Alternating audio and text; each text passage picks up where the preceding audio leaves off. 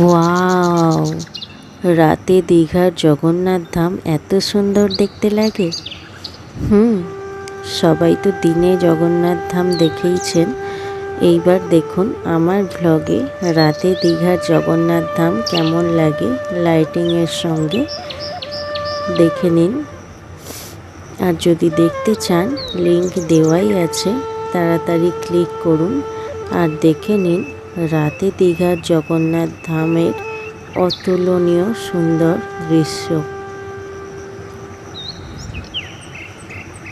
ভালো লাগলে অবশ্যই লাইক, কমেন্ট আর শেয়ার